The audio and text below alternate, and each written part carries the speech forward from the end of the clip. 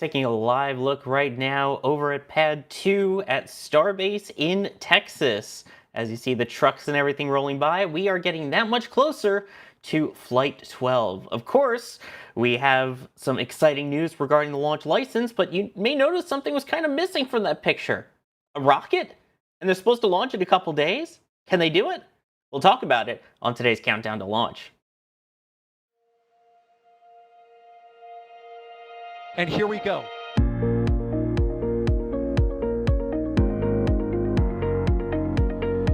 There's the W. Here's ignition. Roger, roll, Atlantic. Following up. Did it just do a Kerbal? Back to the moon and beyond. Put that in the big bag, Gino. Back at home, we all have a lot of work to do, but from here, it sure looks like a perfect flow. Propulsion continues to be normal. We did have an observation. Equinox. 343 unfolds to go. It's orange. Water towers can fly!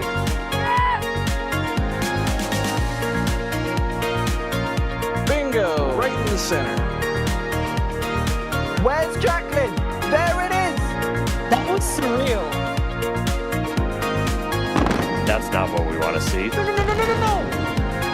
Oh my God. Yikes. You bet. Sure. We don't need any more of these.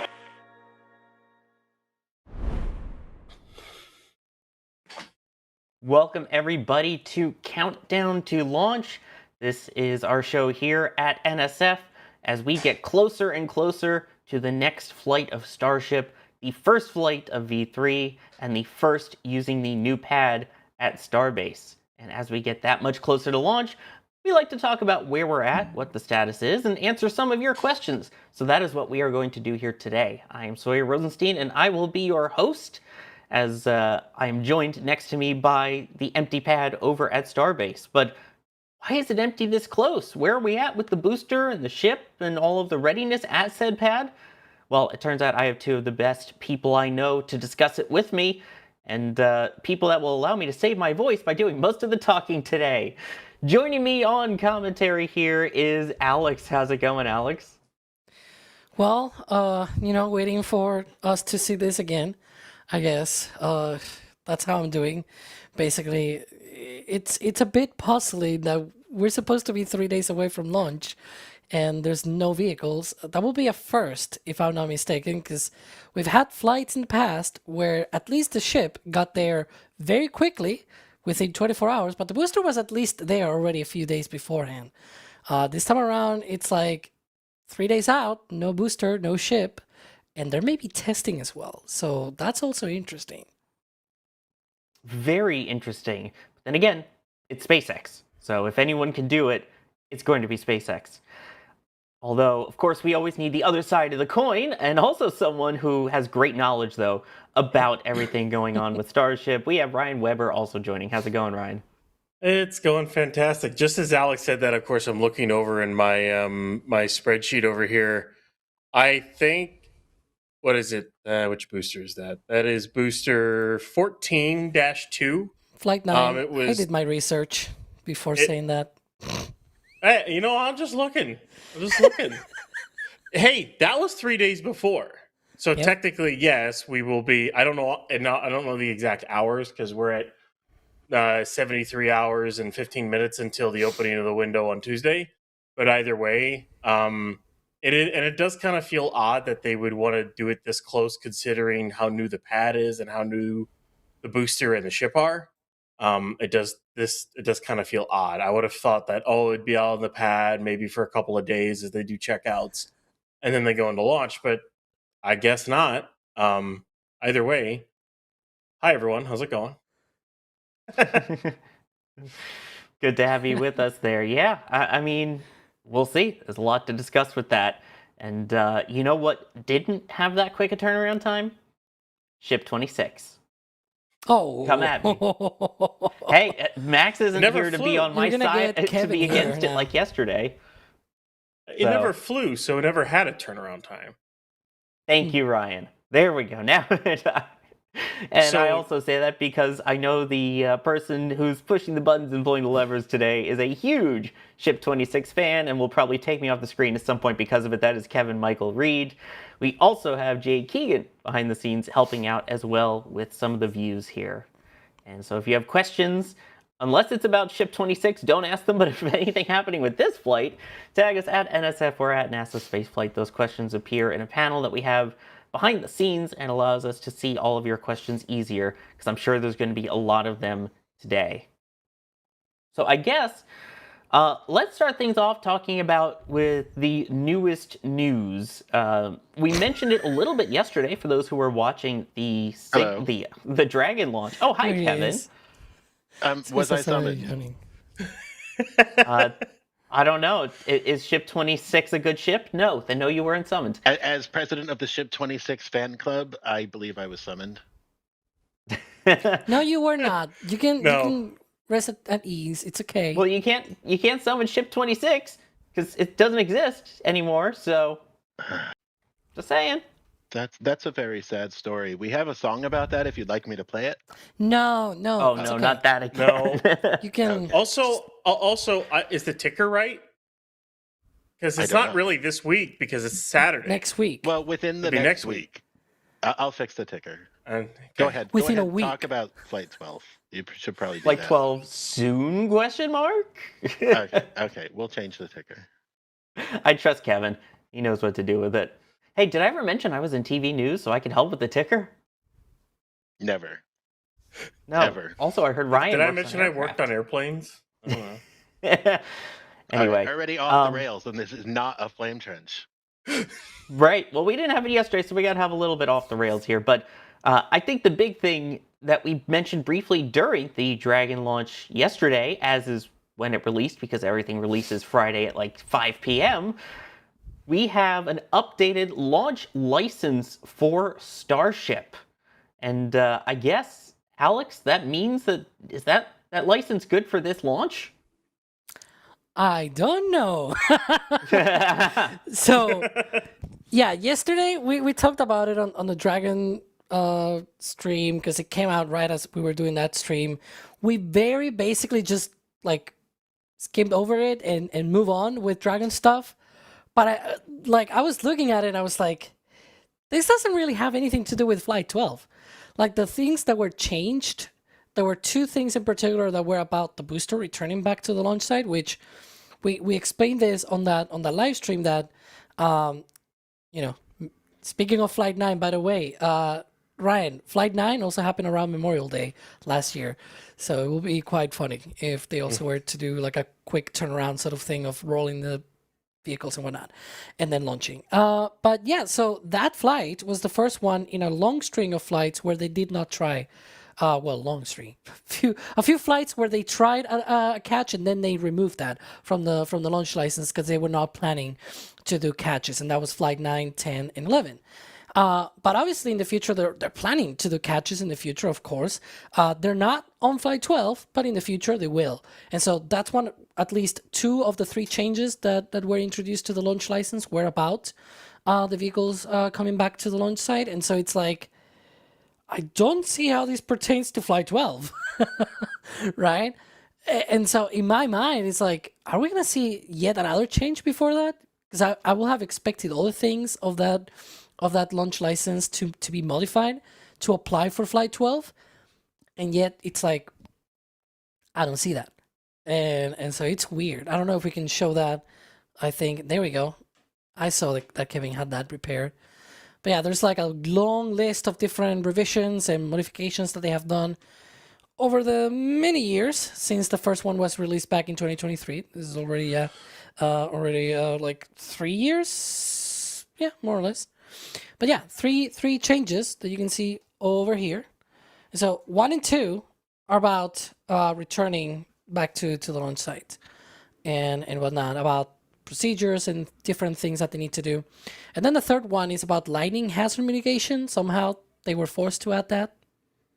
I have really no idea, to be fair. I think So I assume not capitalized. I think they are still classifying the new vehicle under super heavy vehicle or Starship vehicle, because it's still technically speaking, it is still Starship and it is still super heavy. Granted, it's a brand new design, but I think the license as it is covers just Starship and super heavy, and the actual approval for flight is that launch approval that they have to get from the FAA, because the license is one thing, but they actually need the approval to actually launch the vehicle. And that comes separately. That comes as in, okay, you're good to launch it. And that's not really anything we actually see. That's not like a document we see or anything like that. That is just basically the FAA saying, yes, you can launch. And that's not like publicly known or anything. So my guess is it still covers Block 3 under that classification. And that's kind of how it's just going to be. And this is going to, and these updates were not at all related to Flight 12. Maybe the lightning hazard mitigation is probably the only thing that was related to Flight 12. But other than that, that's probably it. Honestly, I don't think there's going to be anything else added. Yeah, in my case, it was about because there are mitigations there on, I think it's 0.6, 5 and 6, where it introduces so for example in the case of 5, it talks about the PA from 2022, and then on 6 it not only talks about that one, but if we keep scrolling, it sort of also mentions other environmental assessment, for example the tiered environmental assessment from 2024 for Indian and for Starship Indian Ocean landings. And then you've also got things, for example, further down to the tiered environmental assessment for updates to airspace closures, all the things. So what happened was that after flights 7 and 8 that were so disastrous for the ship, they issued, they needed a new set of airspace closures. And for those set of airspace closures, they did a whole new environmental assessment. That was for that. For this flight, they're flying a different flight as well, different flight profile. And they did already an environmental assessment back in November, December. I don't remember. Mm-hmm. It's already passed. It's already done, right? And I was expecting that to also be added to this list, and it's not there. That was one of my things where I was like, I should have expected this to be here, right? Because they're flying that profile. And so it's one of the things that I would have at least expected to be added to this. Instead, they added about some lightning commit criteria or something like that. It's weird. But, if that's all I need, that's all I need. I don't care. It's just that it's sort of puzzling to me. Whatever. That TEA for trajectories was in February. I have it in my computer as February 27th. I usually try to download those things right when they go out. Oh, maybe what I'm remembering is when they did the draft, which should have been in the fall time, if I'm not mistaken. Could have been. Because that just kind of dropped, that tiered, and it was because all of a sudden it gave SpaceX all the approvals they needed in order to catch a ship. But but the hilarious thing, and I don't think the license has the wording changed, is they can go to orbit, but they cannot return to orbit with this license, or return from orbit with the license. That was one of the things of that environmental assessment. The most important thing to me, at the very least, is that it allows this new trajectory to the southeast, which is rather important if they want to launch all of their things that they want to launch, namely Starlink satellites, but also meet with other ships from the Cape, launch from the Cape.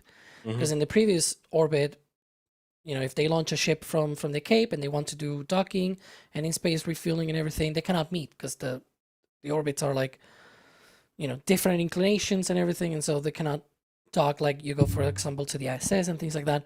But with this inclination, they can. So that's another very important part of the puzzle as well.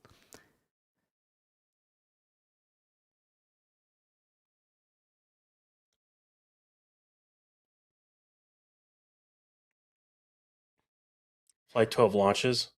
Maybe, yeah. If it launches and this doesn't change. I'm just going to say... Are you muted, Sawyer? People are saying you're muted. Oh.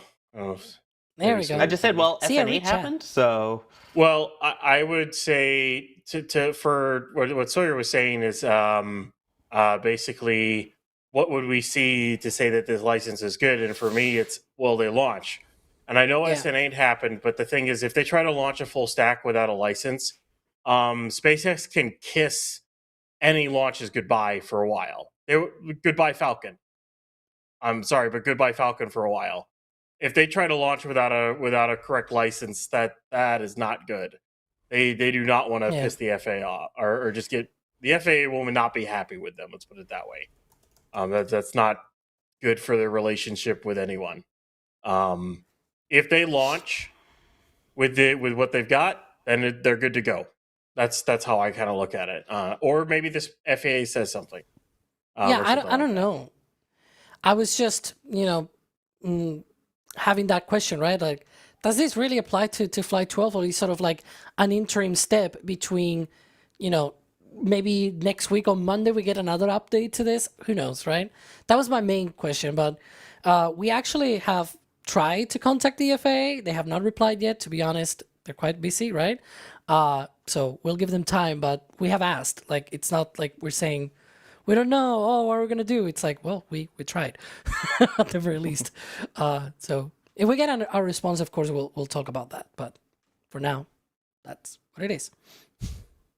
absolutely. So hopefully we hear something about that sooner than later, given that they're, as you pointed out, almost 72 hours away from the scheduled launch time, or at least the window opening for when they are targeting. And from all the NOTAMs and NOTMARs and everything still appears to be remaining for the 19th of May. Let me thank some people here really quickly. Maiko Original gifting 5 Red Team memberships. Thank you very much for that. Grisu saying, boo, ship 26. I'm going to leave that one on screen for a little bit longer. Excuse me? What? What? You're excused, but it's still booed from ship 26. By the way, I just have to say the lowercase soon was my lack of confidence soon in the ticker. I guess it depends on how far soon goes, right? Because soon for some people might be within a month. Soon for me is like within the next 3 days. So that's my lack of confidence soon in the ticker. You understand? Okay. It's makes sense. Is it Elon time soon? Exactly. Shazbert saying, sorry I'm late. Is that Alejandro? Lots of O's. What's up from New Orleans, by the way? Ship 26. Yeah, those 2 words.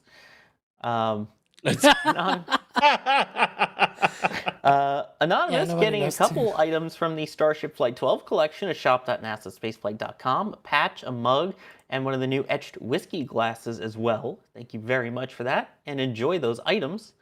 And Austin Skirvin with a $20 tip at tips.nasaspaceflight.com saying, can't wait for IFT 12. Also, funny seeing the video of some people on the team getting drenched with deluge water. Amaze, amaze, amaze. Well, I guess let's transition to that then. Let's talk about the testing that we've been seeing the last couple days. And I guess we'll start with stage 0, aka the ground infrastructure. Ryan, we have been seeing a lot of deluge tests the last couple days here. Yeah, so far there has been 5 full deluge tests, so the trench plus the top deck, in the past about 72 hours. They did 2 days ago, 2 yesterday. They did 1 this morning.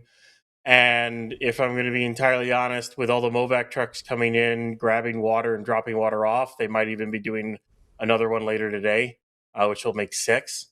They're trying to dial in this system, so they're trying to learn how the top deck works, because you can test the trench with a booster on and static fire a booster and run the engines. You can do that, and you can actually really test the trench, but you can't do that with the top deck. The only way to truly test the top deck under flight conditions is to fly, because you can't put exhaust on the top deck until you fly the rocket out of there. So what they're trying to do is they're trying to time it and nail the pressures down, probably based off what they've learned with the ridge cap. That's probably the closest analog that they've got to learn. So that's why they're doing all these different tests to try to nail down the pressures, nail down the timing, and try to get it working correctly. And I think that's part of the reason, and we'll go into that a little more here, as to why the vehicles aren't out at the pad yet. I don't think the pad's ready. I think that's one of the reasons why the booster's not out yet. The fact that they did another deluge test this morning, and like if they actually ruled out the booster yesterday, they wouldn't have really been able to do it. I know they've done a test with the booster on it, but I don't know if they want to do a full power everything with the booster on the pad. There's just no reason to do that. I mean, no reason to risk the booster and get it wet and maybe accidentally do some damage with the pressure. There's just no reason to risk it. So I think they just aren't ready for the booster yet, and that's why it's not out. But it is kind of odd they're doing all these tests. It's a lot of water they're using. Each top deck deluge firing, you're talking like full deluge firing on this thing. If they're using all the water that they have, it's like 800,000 gallons that the entire deluge holds. And I think they're firing 400 to 500,000 gallons every time.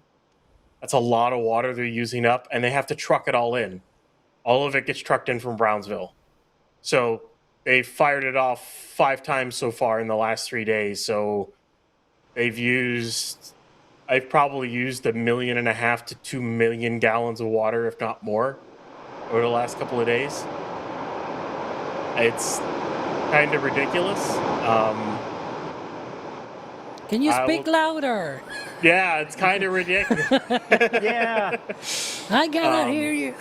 There's about 800,000 gallons of water, making it hard to hear, almost like it's a sound suppression system, too. That's actually the depress vent from the deluge. Oh. Yeah, that loud. That's actually louder than the deluge itself. But either way, it's going to be interesting to see if they have to test that anymore, or when the vehicles roll out. Because I mean, we can kind of get into this right now. There are no rollout closures right now. There was a closure from noon to 4 today, which got removed. There was a testing closure for tomorrow from noon to midnight that got canceled. And the booster's not out the pad yet. There's no booster out there. The booster's still in Mega Bay 1. The stand's not even in there. It's funny how they're just kind of purging the system after there. And as far as I know, there's a ship stand in Mega Bay 2, but the ship got placed on the work stand for now. So still kind of waiting to see what happens with everything. But I think the pad is the reason why we don't have a stack out there right now, or at least a booster for that matter. So just watering the plants there. Yeah. Wildlife plants are getting well watered. Potable water too. Yeah. That is true. So yeah, when our team accidentally got caught in it the other day, it is potable. It's totally okay. But yeah, it's.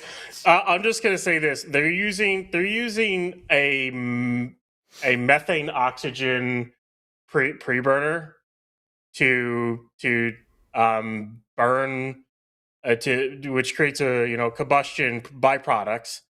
And then vaporizing LN2, and then that goes into the tanks. That gas then also gets pushed out with the water. That's not exactly potable. But what do I know, right? What do I know? Do they have those on aircraft? They have gas generators, not methane though, but they have gas generators on aircraft. It's called jet engines. Alex, what do you think? Why do you think we've seen so many of these deluge tests already at this point? Well, apart from watering the plants, I guess it's just, to get everything all tested and somehow we're looking at, I don't know what, but we're looking at something. But yeah, just, trying to dial down the timings and everything of what's going on with the deluge. More deluge testing. Is this yesterday night? It was last night, yeah. Yeah. That light is a bit problematic there, methinks. Yeah. I wonder if we do have that video of the from the people's point of view. Yeah, if we on can, how if we it's can show happening, the one either from, I mean, Gage actually was in the water. There you Yeah, I go. think this is Gage, right? There's the weir Yeah, vent this going. is Weir this vents, is such I a should great say. view. The weird vent is weird. There you go. And here it comes. Gateway to a shower. It's like a hurricane.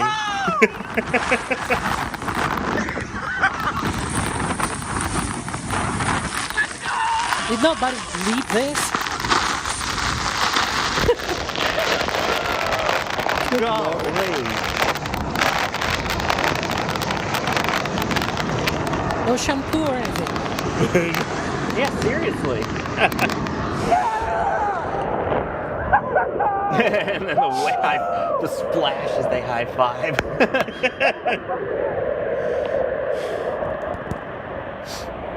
Wow.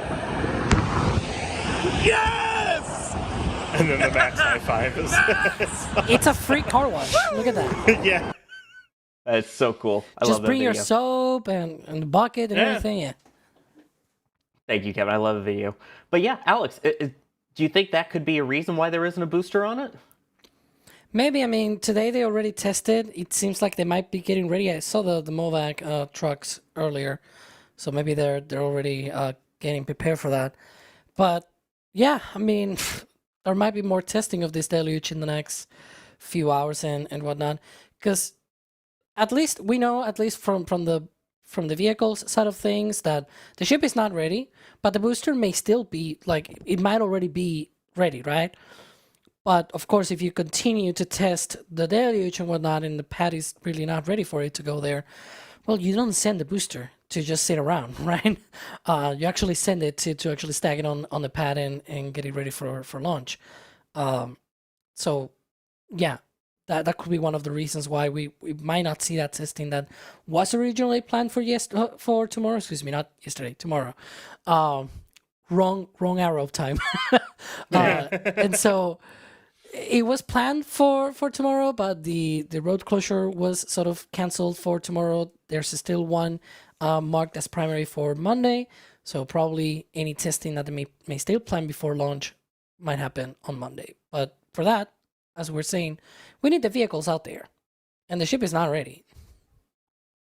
Yeah, minor detail, right? Doesn't have its payload yet, so yeah. Yeah, that's important. Because it Yeah. went on a side mission. Side quest. Well, let me answer this question first, and then we'll get on to that. There was one from Midnight Burner who was asking, are the top deck deluge nozzles positioned in such a way that they could push the booster sideways if it's too early? I guess, why don't they fire it right away, and why wouldn't they want to do it during an on-the-stand test until it's cleared the area? They're all facing away from the booster on purpose. It kind of goes out. And they wouldn't push the booster sideways. They're not that powerful. They're not powerful enough to push a nearly 6,000 metric ton stack. And they fire it. They actually do fire the deck early. They'll fire it around. They'll basically fire it around T-minus 6 seconds, give or take, based off of what it looks like the deluge is activating. The whole point is that you fire it before you take off, so that by the time you do take off and clear the pad, or at least clear the mount, your top deck deluge is at maximum power, and then you can, use it to actually sound suppress and reflect the plume of the rocket. That's the whole point. So it will activate before the stack lifts off, but it won't be. They're going to try it. They're basically trying to time it to where it's full power right as the stack starts to lift off and clear the top deck, which is quick. As soon as they throttle up and everything's released, that thing's going to lift off quick, and they need that deluge to be at power when that happens. Because if it's not, then you could get pressure blow back into the deck, or you could have other problems.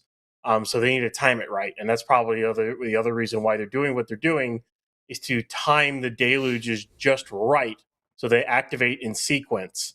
The one thing I want to see them do and I know Alex does too. I want to see them have the clamps out, have the QDs out, have the arm and ship QD out, do a full retraction and deluge test all at once. They basically run the launch mount auto sequence, the pad auto sequence, and say lift off, and then it or basically retract lift off, and it retracts everything and then fires the deluges off. I'd love to see that at least once before launch, but we've had combinations of the full thing, but not the full thing. So we either had, for example, the other day they did a deluge test of both the trench and the top deck, and the quick disconnects were out, the clamps were out, and after the test, they were retracted. So obviously they retracted during the test. As Ryan was saying, we expect the top deluge to activate roughly 6 seconds before the liftoff happens. So about 3 seconds before engine ignition, and then, engines ramp up to full power. At T0, the clamps retract, the rocket is released. And so that is basically the sort of thing that we want to see. The problem is they did not do the ship quick disconnect, and they also did not, for any of these tests, they're not doing the detonation suppression system either, which would activate about 10 seconds before the deluge, roughly T-minus 25 seconds in the countdown sequence. So the whole actual final, basically 25 seconds of the countdown have not been fully tested yet. And I really want to see the whole thing, because I really actually want to see, for example, yesterday they did retractions of the quick disconnect arm, for example, for the ship. They've done that multiple times in the past as well. They've also done, they've done individual things or groups of things, but not the full thing, right? And I really want to see them actually doing the full thing, right? Activating the DSS, then the water deluge on the trench, the top deck, then the simulated T0, everything retracts, the quick disconnect arm pulls away and everything. That will be the cool thing to see. Otherwise, the only time we're going to see that is on launch day. But to add to another point of why that water comes out, instead of, sort of pushing up or in, if you look at how the plate worked on pad 1, it did the exact same thing of going out. Why? Right? Well, there's a very specific reason why it's going out. If there was no plate or no deluge at all, it will still go out. The whole jet of the exhaust will just go out. Why would you try to fight it by pushing in or pushing up? Doesn't make sense. Just from a makes sense standpoint, right? It will make sense that you would try to help it out, to actually get it out and actually go along with it. And we had a video about this when they did the plate on pad 1, and it was sort of go with the flow, right? It's just don't try to fight it, because it's actually harder to actually do that. It's going out already. If you don't have that, it's already going out. Why would you try to fight that?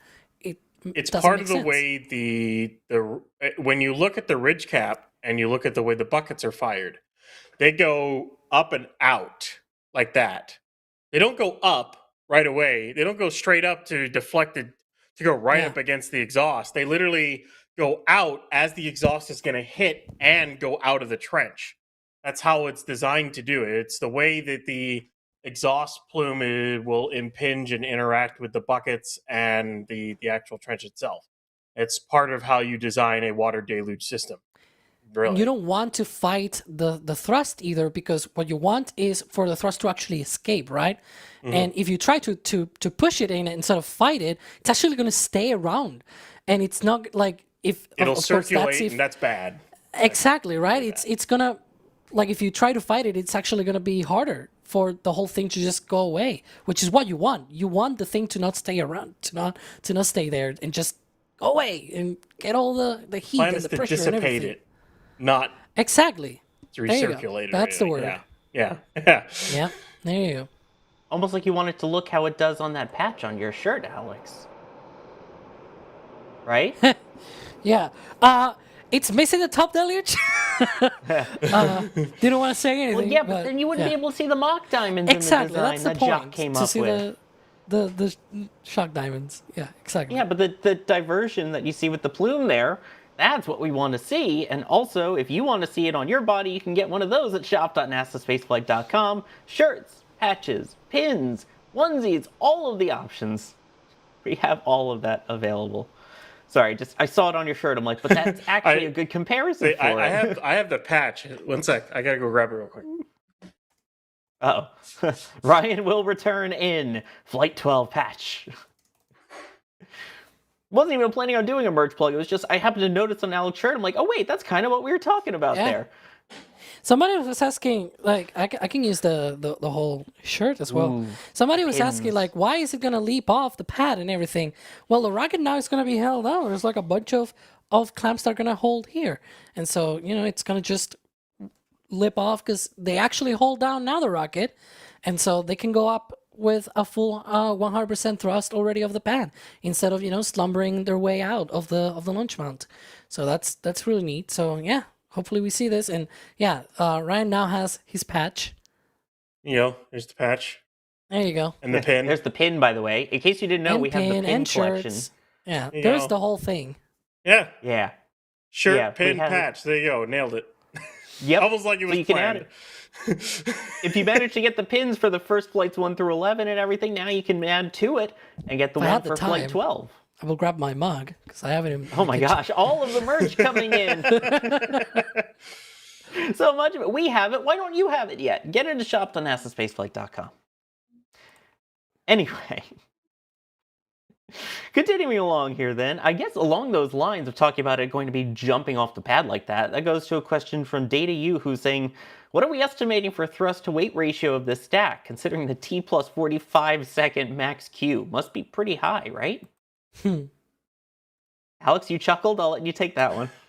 It might be about 1.45, but 1.5. Like even considering 0 dry mass, it's like 1.6. So obviously, if you add like a rough estimate of what the dry mass of these vehicles is, plus the 20-something Starlink simulators that they're loading, which might be somewhere in between 30 to 44 metric tons of payload, then you get about 1.45 to 1.5 maybe. It's definitely a little bit under 1.5, but it's a lot closer to their original target. They originally were targeting 1.5, but unfortunately the previous 2 vehicles did not get to that thrust to weight ratio because Raptor 2 is not on version 1. It was still not up to spec, so to speak, and then on version 2 they were flying a much heavier ship than the booster was rated for, and so it was a slow ascent. You can notice that on the telemetry for the version 1 vehicles and the version 2 vehicles, how much different they stage and everything. It's actually slower over an ascent. But yeah, this time around it's gonna go up a bit quicker. Yeah.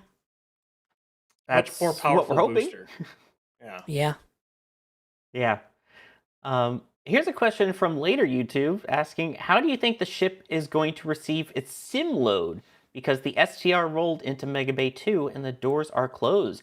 Let's talk about the ship now. So we'll start in regards to the ship with the payload. Where are we at in terms of loading up those Starlink either mass simulators or Starlinks or Starlink demos? Maybe Starlink with a camera or 2 on it. Where are we at with that? So my expectation, based off the fact that there's a transport stand going into Mega Bay 2, is the ship's going to be lifted off the work stand that it is. It's going to be placed on to the transport stand. They will disconnect it from the grid, from the bridge crane, and then the ship will be on the transport stand ready to roll out once it's done. They'll then roll it out of the Mega Bay 2. They will roll the Starlink loader into Mega Bay 2, hook that up to the bridge crane, lift it over the center work stand, roll the ship back in, close the door, hook up the Starlink loader, put in the 22 sats. Then once they're done, they will open the door back up and ship will be ready to roll to the launch site. Yeah, the picture that we were showing was the picture that we were showing was from Colleen yesterday night, I think it was, that we saw the Starlink loader box going into Mega Bay 2, probably rehearsing the whole operation. I don't know. But yeah, that was before Ship 39. Yeah, it went back out. That was before Ship 39 returned from Massey's. So that's why I thought it was probably some kind of rehearsal or something, because it went in, went out, then somewhere else, and then Ship 39 came back. It was placed on, as you said, on its own work stand on the top, on the front left from this view, sort of to the left inside of the Mega Bay 2. But yeah, we'll see when that happens. Of course, if the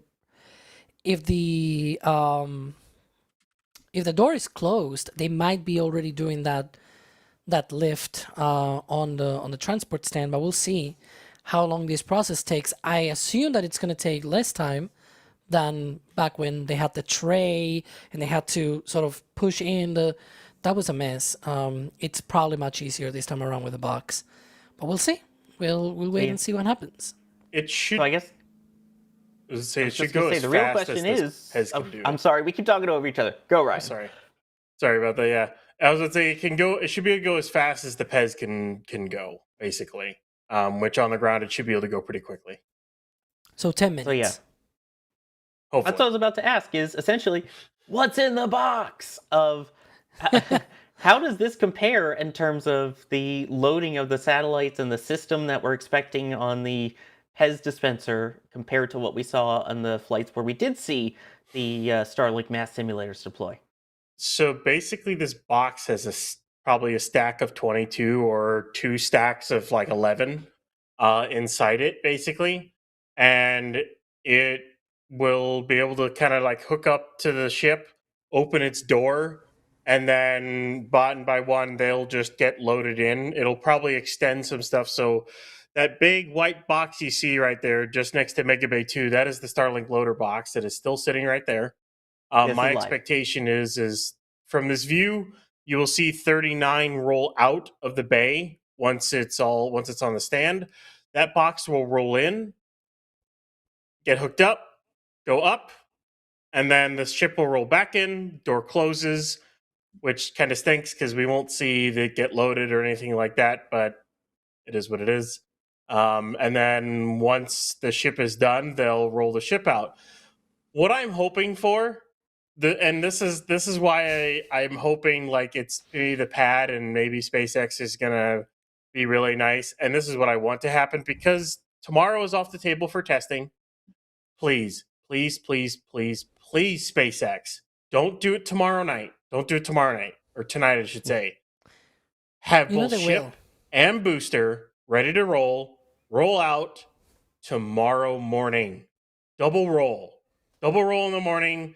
Put the ship up, put the booster on the mount, roll that stand out of the way, put the ship in, stack the ship, and roll that stand away. Yeah, that's the Starlink box.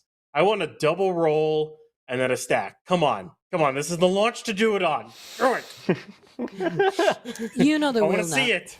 We probably won't get it, but I want it. Well, you can't always get what you want, but if you try some time, you just might find you get what you need. I can't sing it because of copyright reasons, but thank you, Rolling Stones. What? No, we need rolling ships here and boosters. Yeah. Well done, Alex. Pun token awarded. I can also do puns. Ding. Thank you. Yeah, so it'll be great to see the deployment mechanism. Are we expecting it to be different from the kind of what looked like bicycle chains as it went up, and then it would go out, and it would boop the door on the way out? Are we expecting something a little different from that this time, Alex? Well, SpaceX said that they have improved it and that it's faster now. We do see, at least on the timeline, that it's going to take about the same time, and this time around it's 22. So about the same time, but double the satellites, and that means basically twice as fast. I can even do that math. But yeah, I suppose it's just faster, like twice as fast, basically. Yeah, I don't trust myself to do math on stream. While we're still talking about the ship, you did mention rolling it back from Massey's. ResistoJet was wondering, do we know what the testing was on Ship 39 yesterday, or is there still no info? Also, is there much prep left for Ship 39 before rollout? Do we have any indication on what that testing might have been, Ryan? No, it was either a spin prime or an igniter. It wasn't a static fire because, well, we didn't see any fire come out, and they have scaffolding around the flame trench, so they wouldn't have been able to static fire unless they want to send little bits flying all over the place. So they couldn't do that. They didn't even untie the aft flaps. They rolled up, hooked up to the QD, tanked it with methane and liquid oxygen, did some kind of test, detanked it, rolled it back. And that's it. They did all that in about, I think it was like 30 hours, give or take. And ship is now, with the door closed in Mega Bay 2, it's likely being lifted onto the transport stand right now. So in terms of work that still needs to be done on the ship itself, it really just seems like load the payloads and then roll to pad. that's my assumption. I don't think there's anything else they need to do on it. They probably finished whatever they needed to do before it rolled to Massey's. And then they basically planned on just doing Starlink load and then rolling to the launch site. So we're just waiting for them to do that, and then we're waiting for Booster to roll too. So it's kind of waiting right now. I'm wondering, Alex, what would be the point of doing this kind of testing so close to launch, especially since we saw a successful static fire campaign from the looks of it? Why would they need to do either a spin prime or an igniter test? I really don't know. There might be... Look, this is a new version of the ship, a new version of the engines. And so... I was checking that I was muted. And so one of the things that I can think of is just, making sure that things are still okay. I do remember from when they did this testing over here. Before that, they did the full stack, and I remember Mr. Ryan Weber here saying that he saw at least one of the engines with a serial number quite high, and that engine had actually been seen in early April, I think it was, in McGregor, thanks to our McGregor Live cameras. Shout out to that. And it really does seem to me, and I would kind of agree with him here, that it's quite too soon. Like, we saw it very, very close to when it was heading out for a static fire test campaign, back when it did its own static fire test campaign at Massey's. So it would not be surprising if perhaps they might have changed like an engine or two, and that's what made them sort of say, okay, let's do another engine test right before launch, because, just to make sure that we have installed the correct engines and all that stuff, and, make sure that everything still is A-okay. So that's a few sort of possibilities that I can think of. And it will not be the first time. It's actually quite, like, it actually makes more sense now that we have a new version, a new rocket engine, right? It's everything is new here. So it actually makes more sense now than when they did it on some previous flights, where we saw certain ships going out quite close to a launch to Massey's, and then, returning and doing all of the things.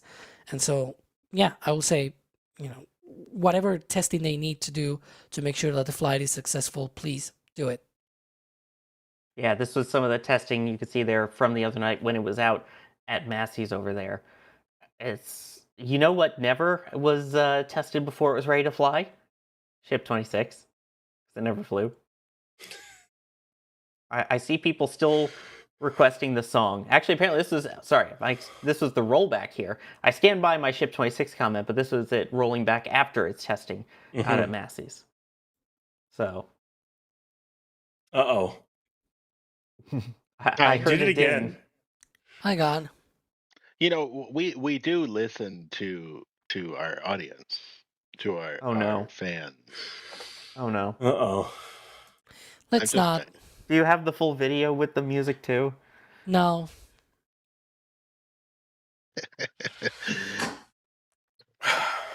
If you're playing it, I cannot hear it. I'm not playing it. All right. Because sometimes right? I cannot hear music. Sometimes. Wasn't sure. But yeah. Best ship. I'm so glad that the Ship 26 fan club is still alive and well this long. You know what's not alive or well? Ship 26. Yeah, Ship 26 is not alive nor well. I know, but we are still fans. We are still fans. Scrapped. Ship 26 forever. Hashtag Ship 26 forever. we have It breaking news, was Ryan? torn asunder Oh no! on November 20th, 2024. Wow, a year and a been a half while. already. That was Over a year that now. was very Shakespearean. Speaking of Shakespearean, Sawyer. 12 flight. Yeah, are we doing that live or what? Well, we'll see. Shh. The potential surprise from the two theater geeks here. Uh-oh. And it involves a pun, so yeah. I mean, of course, because Sawyer's involved. Of course. I see people saying that I should have my pun tokens taken away already, but too bad. Also, probably should have my panel privilege taken away so I can keep Grisu's comment here up on screen with the support saying, boo, ship 26. Boo. Also got Brian getting a pin from shop.nasaspaceflight.com for Flight 12, as well as a TPS phone case saying, love you, NSF, a seasoned world traveler. I rely on your streams to settle at the end of each travel day. Thank you. Well, thank you as well for watching. We appreciate you joining us from all around the world. I know people are from all around the world here. The Irish American, and no, I'm not trying to be offensive, that's literally their name, asking, what are the long-term plans once Gigabay goes live? Is it to decommission the Megabay? Those megabays, yes, they will get decommissioned. In fact, they will be more than just decommissioned. They will be demolished, and another gigabay will be built in its place, very likely. That's ship 26, ship 39. How we started talking about it way too much. Numbers are getting jumbled in my head. It did test at Massey's. It did definitely do that at one point, but that is ship 39, not the abomination that was ship 26. But anyways, that's definitely going through. It did some kind of test. We don't really know what. It was hard to tell when it started prop load because the aft flaps were still tied up and tucked in. But my guess is with either spin prime or igniter test or something for a possibly. I would assume they replaced engines. I don't know why else they would have gone out to do that, other than the fact that they replaced an engine since the static fire, which both vehicles have had engines replaced after doing static fires. Let's hope that doesn't last too long because Ship has had that problem for a while where it's needed engine replacements, and I just hope we don't have to keep going through that. I think it was 37 and 38 might not have had any replacements. And they're the ones that static fired on the mount. So, which is kind of funny, but either way. Wait, no. 37, didn't 37 actually come back at one point? I remember they were dismantling things on the OLM and then they It did, yeah, it did. They put together back, yeah. It did a spin. It did a 6-engine spin prime. That's right. Yeah, you're right. Yeah, I had that still here because we got a lot of people asking, like, "Wow, what's going on?" Yeah, because every single time SpaceX just throws a 38 had two aborted attempts, and then I think a successful one. So yeah, didn't have that to do it again. At least went a lot better. But 37 was a bit, probably humiliated with the reentry. First several Block 2s were not great. Not great, Bob. Not great. What gave you that indication, huh? Not like they blew up and scattered pieces across Turks. Oh, wait. Yeah. About that. Hey, this one didn't blow up. It's got the achievement. Well, I mean, it did. It ended up spinning. It spun out and blew up on reentry. Yeah, well, it didn't blow up on launch. So that's true. There's that. That is true. You spin on me ascent, round it and didn't round. blow up on the ascent burn. And also the shirt design was really cool. But anyway. I'm going to be honest. Like for those who've listened to the Raptor radios I've done with the bleep bloop, that is the quintessential bleep bloop. That's like an achievable from like Red versus Blue and Caboose. I didn't blow up. Yay! That's what that basically is. Oh man. Callan Blog saying play the Ship 26 song. No thanks. And that person saying you actually pronounced my name correctly. The Irish American. I like it. Yeah. I'm good at butchering accents, so that's probably why it works so well. And also, I thought, Kevin, you would appreciate this one. I'll put it on screen for you. From the ghost of Ship 26, I'm still alive. I'm still alive. Anybody with a Ouija board, things like that? Ouija board. Yeah. Exorcist? Anything? No? Oh, no. Um, Alex. we don't want Starship to spin around 360 and start spewing stuff. That would be bad. No. We've please. seen it before, though. I mean, Ship 34 did spin around 360 and spit a couple of raptors out of the backside, so it did do that. Yeah. So So we have another had a question ship that do that. So one question that I saw that didn't get tagged at NSF or NASA Spaceflight, so I can't put it up on screen, but I did see people asking, what about the flight termination systems?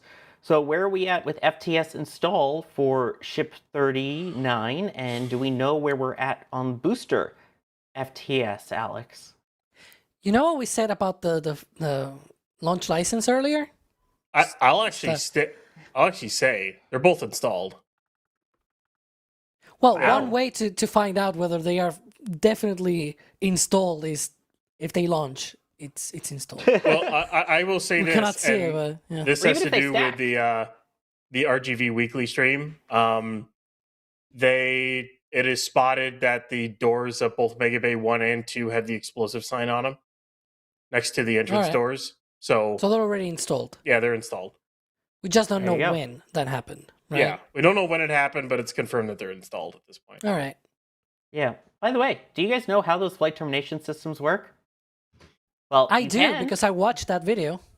Yeah, you can, because we have a new video out on the channel about how the flight termination systems work and how they keep people on the ground safe and what they do. It's an awesome video. It's a great watch. Ryan Caton, special production, writing, editing, on camera for it. It's definitely worth watching. Even if you think you know what it is, you'll learn some really good details about it. But it sounds like it would be installed, and also, again, they have to install it before they stack, right? It's not like they can install it once it's out on the pad. With this version, it seems, as far as I understand, that all of it has to be done in the bay these days. They can't really do it out on the pad. They're not like separate boxes like they used to be. They're under the actual raceway covers, so they kind of it's better and safer to do it in the bay actually than it is to do it outside anymore. So they've changed up their systems, and for anyone who's worried about FTS or anything like that, I'll say this: they have hardware and software blocks on them, so they won't go. And the explosives they use are C4. For anyone who's watched the Mythbusters episode, you can literally light C4 on fire and it won't blow up. It requires a blasting cap in order to set it off. So it's actually an incredibly stable and safe explosive. And they take all the safety precautions surrounding it. So I wouldn't, there's no worry about it. As long as it actually works when it's supposed to, unlike Flight 1. Well, it did blow a hole in the tank, except for it just wasn't powerful enough. They made Starship a little bit stronger than they thought they did, and the whole stack decided to tumble on its own, even with holes in it. So, yeah. And then they did a test tank just to test the flight termination system. The Over new at one. Massey's. Well, And that long time one ago. was test tank S26.1, the evil twin of Ship 26. They filled it with water and blew a hole in it with explosives. Yep. I remember that. Weren't they finding pieces in the river across the way a couple days later? I might have been. I know think so. 30. I know 36 pieces were definitely made it over to Mexico. Well, yeah.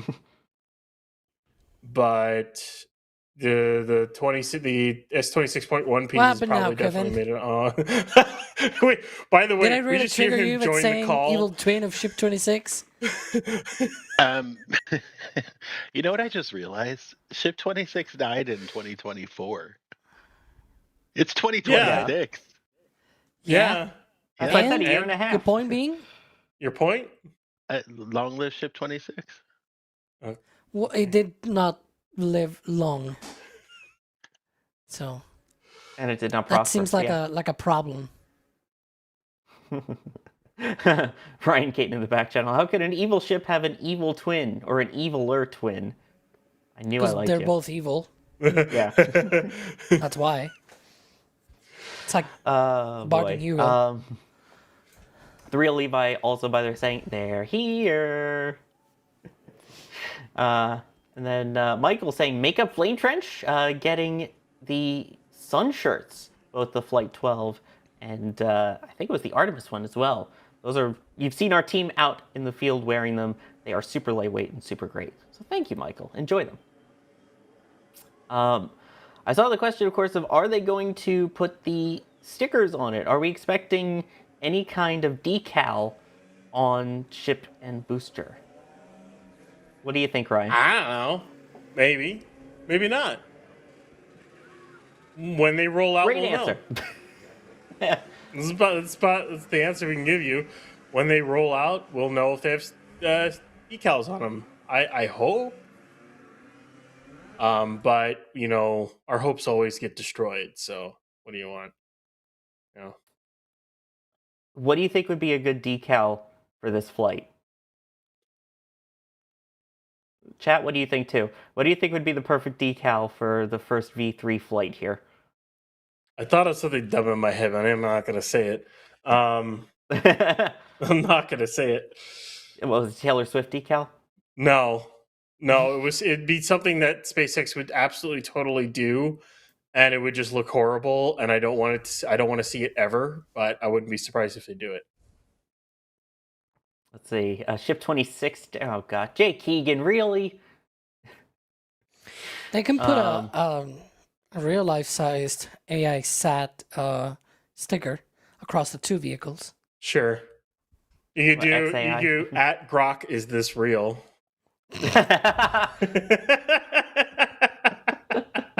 Let's see, another banana. Ship Go Boom decal. Hopefully not. Also a sticker suggestion, new and improved. Okay.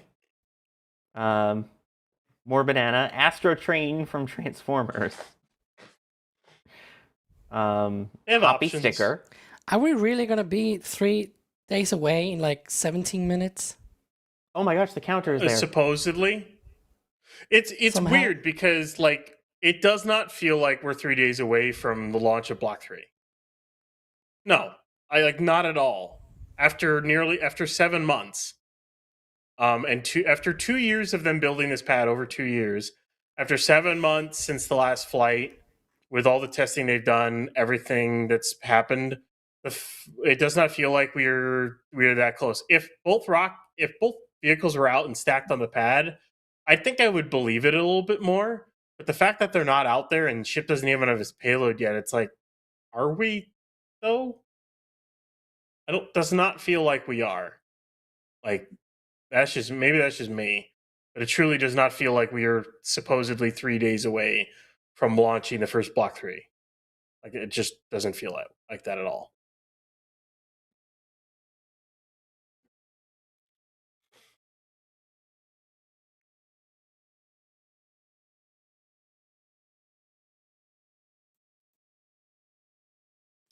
I clicked on mute. Why does it still mute me? Anyway.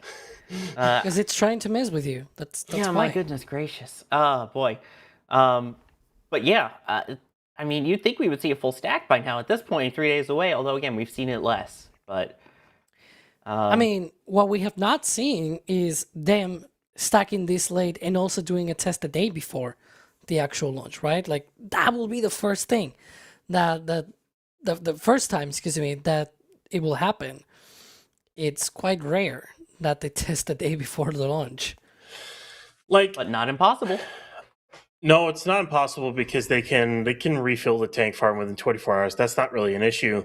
But like the way I look at it, if you're really going to do a wet dress rehearsal right before launch, because that's kind of what we're expecting. It's a road closure right before the day of launch. It kind of has to be a full stack, and at that point, either they're doing a small tanking test or they're doing a wet dress rehearsal. It's either one of the two. But when I really think about it, it's like, all right, you've already taken this much time. You spent this much time on designing both vehicles, building the pad, designing the pad. You spent this much time testing all these things. There's 2 test tanks combined. Actually, there's 3 test tanks over at Massey's right now. One of them is not even hooked up anymore in a test cage. The booster aft article underwent 16 separate tests. 39.1 underwent 13, and 18.3's undergone 15 separate tests. It really, like, you spent this much time testing this much, and you're just going to do a full stack test and then launch the next day? You're not going to, like, if you really need that confidence check, you're not going to spend some time to look at the data and then maybe launch after Memorial Day? Because that's, or say maybe on the 21st? Because that's kind of how I would do it. But of course, that's me. I'd spend the time to make sure everything is right. Like after you do another wet dress, maybe destack the ship, do one last check over of everything, restack it, do your checkouts, and then go. But I'm not SpaceX. I'm not an engineer. So I don't know. It just feels like all of a sudden they're rushing to it. I don't know if it's rushing, but they're pushing really hard to get this launched after months and months and months and months of constant testing. It just feels odd. I don't know if that's just me or not, but it feels odd.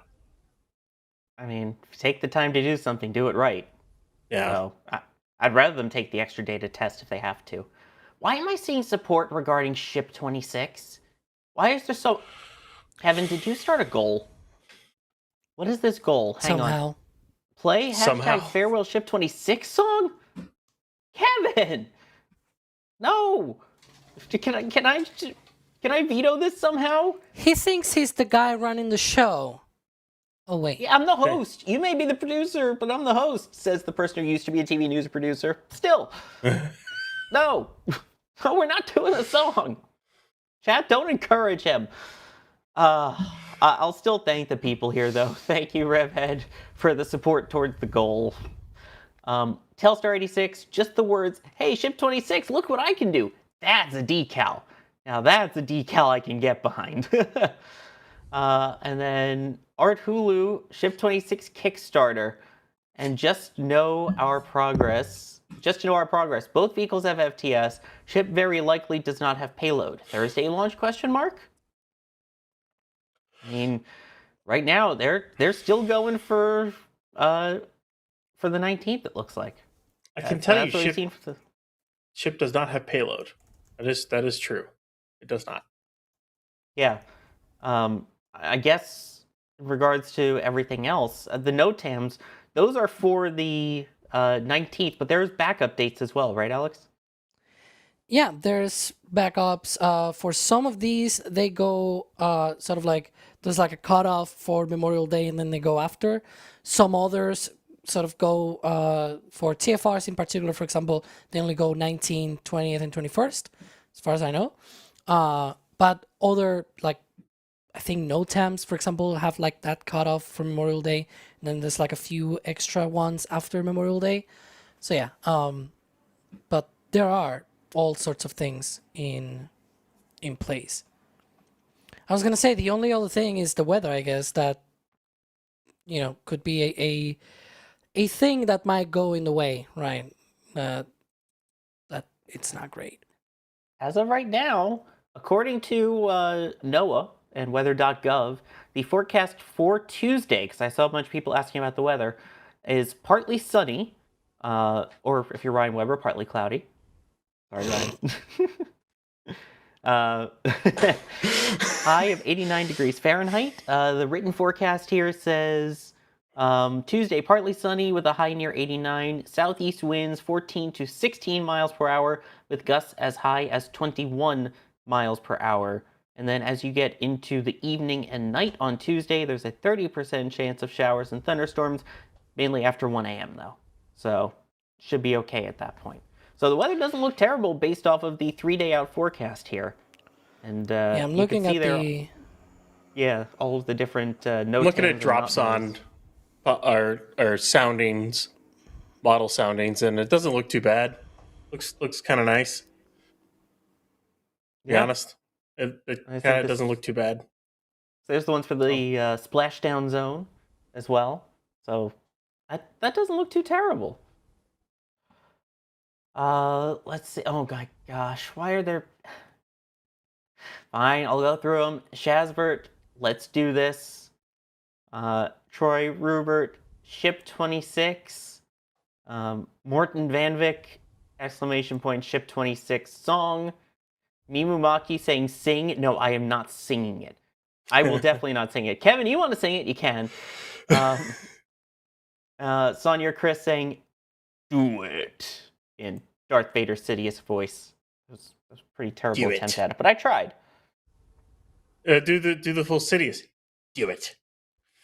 There. There you go. What are we showing here? Sounding information. There we go. That's what we were talking about with the... All right. Yep. And Dew point as the points out there. Yeah, when the clouds touch, that's when clouds form. That's how the whole dew point thing works. But this is what it looks like 90 minutes. Yeah, 90 minutes into the window. Definitely on the warmer side there. I'm sorry I don't have the Celsius conversion. The NOAA just does it in Fahrenheit because Freedom 250 units. And there you go. There's a possible little cloud line there, but still should be fantastic views for the team on launch. And most importantly, as long as the winds remain on the calmer side, we should be okay. Do we know what the wind constraints are for Starship, or if any of these weather constraints change for V3, or are we expecting it to kind of still be the same? I would expect any constraints to be the same. I don't know what they are. I'm going to be entirely honest. I can't remember if they've explained what the wind constraints are, because the only weather scrub they had was the cumulus cloud rule. That's the one that they I think it was that one was the 10. I think that was the second scrub on 10 after they doesn't seem like after they blew one of the SQD lines on the first attempt. Yeah. And then I wouldn't expect the constraints to change too much. It's still about the same size vehicle. The grid fins really aren't going to change much, and flaps haven't really changed either. So I wouldn't expect the wind changes. Although it is a more powerful booster, so it might have an easier time getting through higher winds. There is that possibility as well. So it might have slightly changed now that I think about it, because it's got more powerful booster.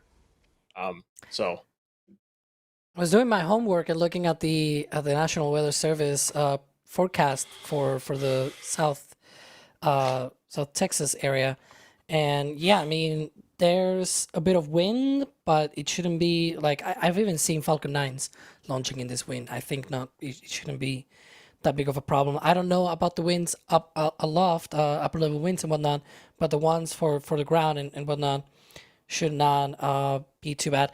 It does seem, based on what we saw from the Ryan graphic, but also what it says here, there might be a little bit of cloud cover that day. So let's hope for the clouds to not be in the way. But in theory, it should be okay. We'll see. Looks like at altitude, we're looking at 58 to 62 knots. At altitude, winds aloft. For upper level wind, it kind of makes sense. That's not much. Yeah. Yeah. And especially by the time it gets that high, they're going pretty fast. So. And again, it's still 3 days out. The forecast can change. They'll get obviously more refined the closer we get to launch. So we'll keep an eye on the weather still. But as of now, it looks towards the favorable side. And why did I get confetti in chat? No.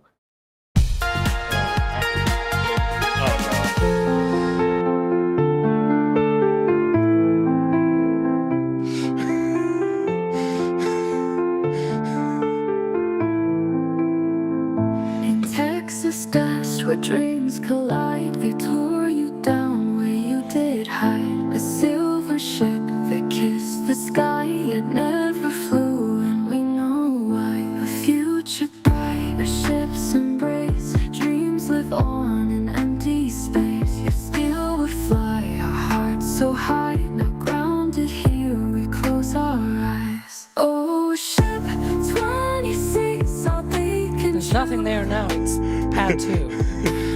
All there is pad 2. It's a better pad. Nope, doesn't exist. It's pad 2 now. Pad 2. Remember when there was A parking lot? A parking lot. It's no longer there. Suborbital That's pad. I just want to say that is probably one of the funniest parts. So Zach's doing a whole series on Pad 2. He's close to releasing. I think it's part 3 of like 4. But like the part 1 starts with talking about the parking lot and why they needed more parking. Not and there it's anymore. it's like a psych. No, they built the launch pad. It's hilarious. For anyone who wants to watch those awesome videos, Zach does an amazing job. It's way better not than there whatever anymore. this is. Also, it turns out It's if you not just there. talk over it, Kevin will lower the volume so that you don't get to hear it. Thank goodness. That's We don't a really acknowledge good the 26 advantage, right? resistance here. It's no longer there. All the things you see to the left of it's like a big tower and a big launch mount and flames come out when the engines ignite and yeah. All There's the now a things. service structure that's to the side of that. No, that's over no. massive now. It's gone. It's gone. Ooh, I pad mean, A. Suburban shit. Pad A even lasted less time than the other one. It was gone. Way too early. That should be Yeah, ship no, it's okay. 25. That should be ship God, but 25 there. They had to lift it by the crane. Yeah, remember when they used to lift ships and boosters with cranes on the pad? Yeah. It was a great time capsule. Terrible ship, but great time capsule. Yeah, nobody cares about Ship 26.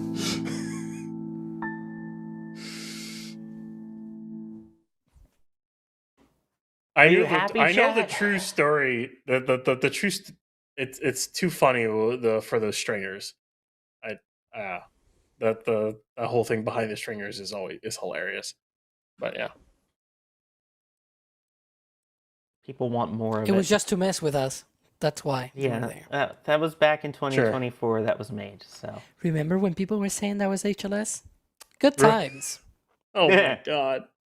actually, Observer127 was saying hashtag farewell ship 26. But also, do any of you have any ideas on SpaceX's Moonlander being tested and launched? Where are we at with HLS? That's what it was. That was Ship 26, right? People were so convinced of that. No, so we have no idea where it is.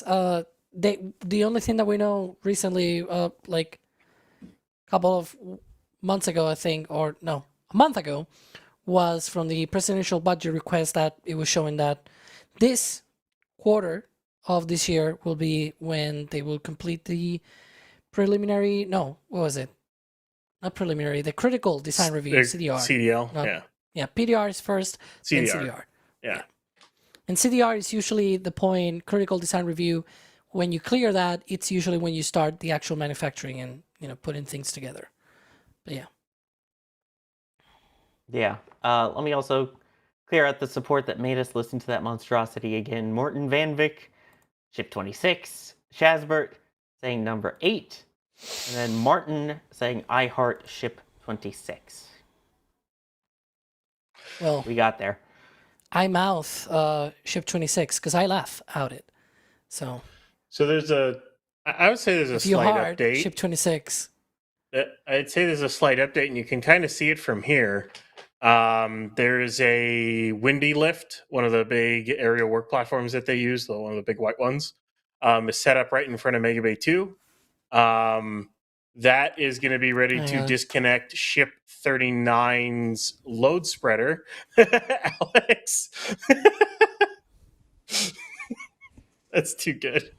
It'll disconnect the sling load spreader from 39. They'll probably take the adapters off. They'll roll 39 out and then probably do what we were talking about before, which is roll the Starlink loader in, hook it up to the bridge crane, roll 39 back into the bay, and then load 39 up with the Simlinks and the 2 specialty sats, which could just be actual V3 sats, because it's not like, losing 2 of them would be that big of a problem. And it will be funny. 3, 2, 1, we're 72 hours away. Oh my god. Potentially. It would be funny though if it ended up being some kind of, I don't know, Starlink version 2 satellites that were strapped to some kind of piece of whatever. That'd be funny. I don't know. Yeah, right? It's version 3, but with extra steps. I don't know, whatever. Version 3 with extra steps. Oh my gosh. By the way, I saw a pun that I just need to put on screen because it was fantastic.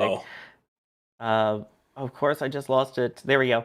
Patrick Dugan, NWS Met, saying, if you need weather guy, I know a guy. There we go. Weather info, I know a guy. National Oceanic and Atmospheric Administration. Bro, why are you telling me, bro? Bro.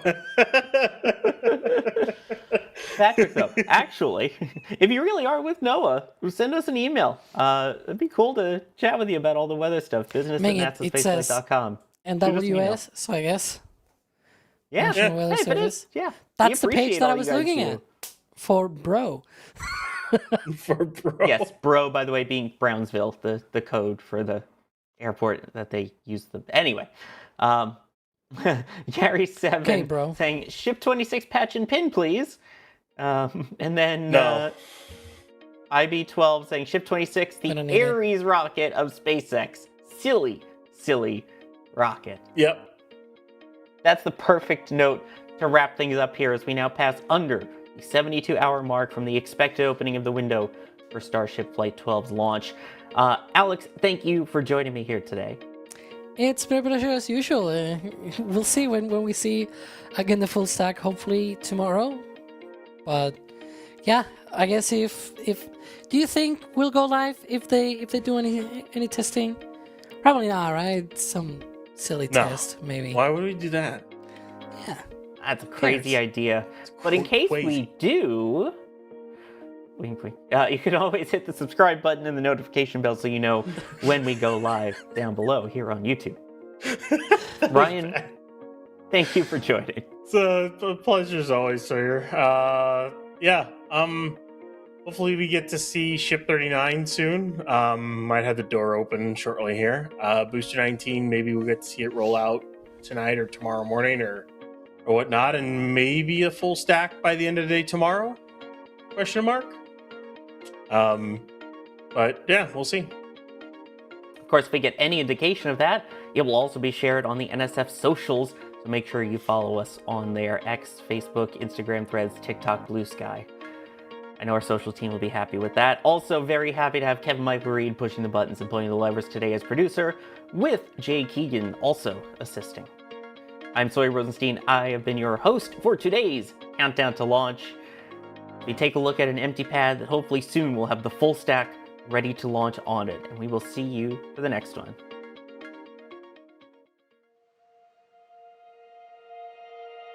And here we go.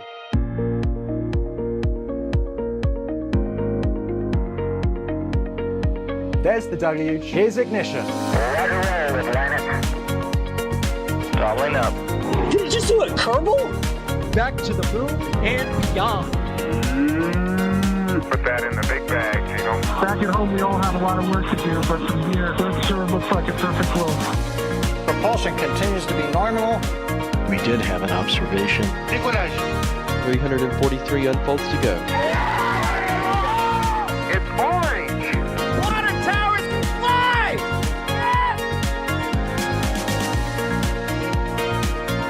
Bingo! Right in the center. Where's Jacqueline? There it is! That was surreal. That's not what we want to see. No. Oh my God. Yikes. You bet. We don't need any more of these.